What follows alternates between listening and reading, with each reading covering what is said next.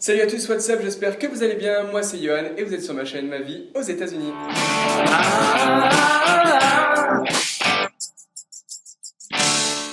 Salut à tous et bienvenue dans ma nouvelle vidéo. Aujourd'hui on se retrouve dans un contexte un peu différent, on se retrouve dans une salle de classe américaine pour parler de quoi? De l'université aux États-Unis. Commençons par le commencement. Aux États-Unis, pour étudier à l'université, il faut payer.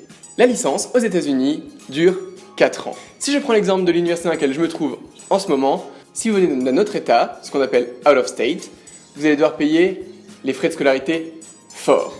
Alors, comme dirait Jean-Pierre Pernaut, combien ça coûte? Les 4 années dans cette université coûtent la modique somme de 120 000 $, l'équivalent de 110-115 000 €.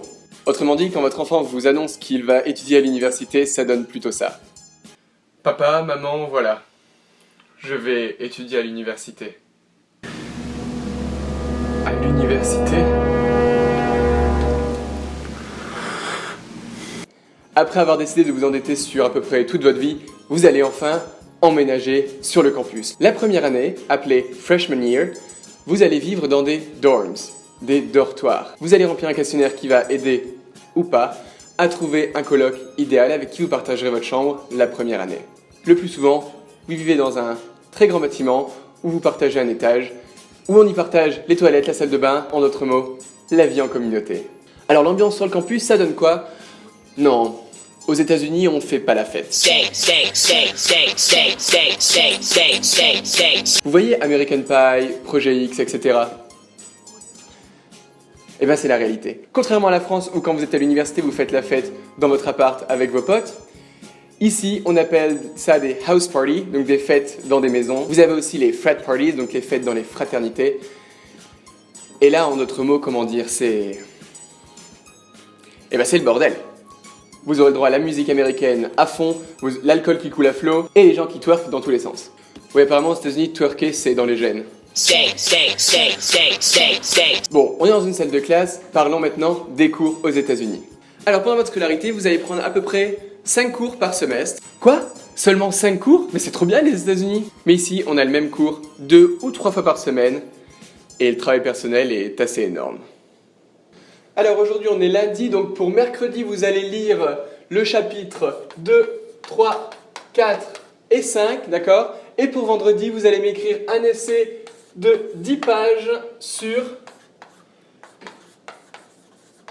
le chapitre 8 et 10, d'accord? Quelque chose de cool quand on vient étudier aux États-Unis, c'est qu'on fait l'expérience des notes américaines. C'est comme dans les films, c'est des lettres. A, B, C, D, F...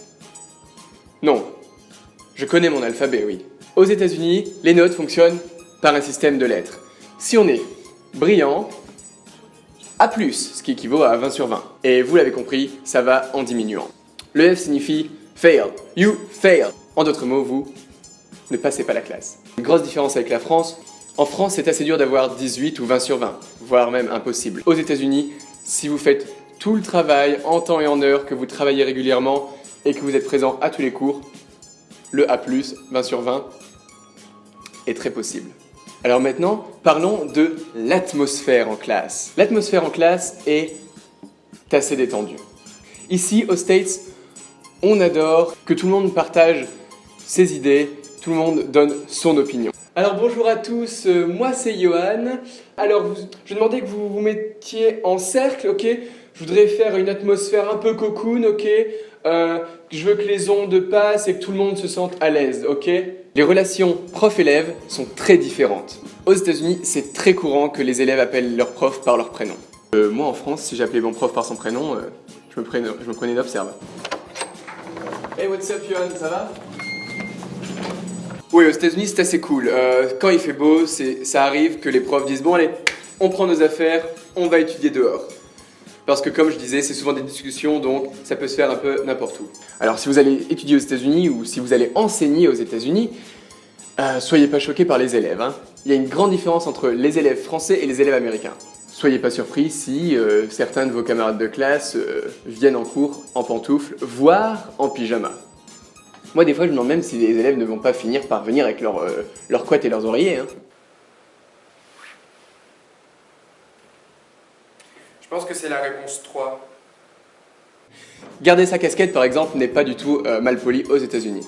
Contrairement en France, la plupart du temps aux États-Unis, c'est autorisé de manger en classe. Évidemment, il y a toujours des élèves qui exagèrent.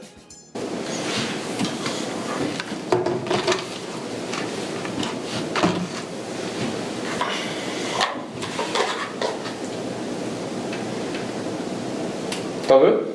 Donc si vous avez cours à 9h, vous pouvez vous réveiller à 8h55 et venir directement en cours avec votre pyjama. Vous passerez incognito. Alors après avoir parlé pendant des années, après avoir écrit des centaines d'essais et lu des centaines de livres, vous allez enfin arriver au moment que tout le monde attend aux États-Unis, la remise des diplômes. Alors en France, après 3 ans, quand on a notre licence, ça se passe un peu comme ça. Oui, c'est pourquoi. Oui, bonjour, j'ai travaillé pendant 3 ans comme un ouf et j'ai eu ma licence.